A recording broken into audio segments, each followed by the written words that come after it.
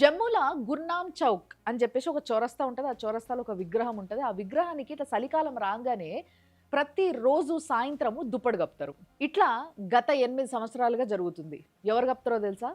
ఆ విగ్రహం ఎవరైతే ఉందో వాళ్ళ తల్లి. ఆ విగ్రహం బీఎస్ఎఫ్ జవాన్‌ది. ఆయన పేరు గుర్నామ్ సింగ్. ఆయన 2016ల టెర్రరిస్ట్‌లతోని ఫైట్ చేసేటప్పుడు చనిపోయిండు. ఆయనకి గుర్తుగానే ఆ విగ్రహాన్ని ఆ చౌరస్తాలో కట్టియడం జరిగింది. ఆ చౌరస్తాకి గూడా ఆయన పేరే వచ్చింది.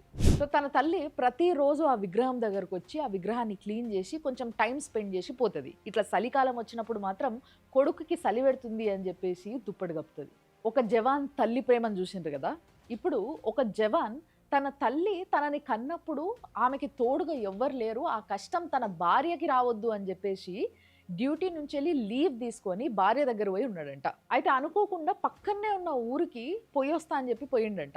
ఆయన పొయ్యి తిరిగొచ్చేటప్పుడు ఆయనకి యాక్సిడెంట్ జరిగింది. ఇక్కడ అనుకోకుండా డెలివరీ జరిగింది. ఆ భార్య 8 గంటల క్రితం పుట్టిన బిడ్డతోని స్ట్రెచ్చర్ మీదొచ్చి మరి అంత్యక్రియలు చేసింది.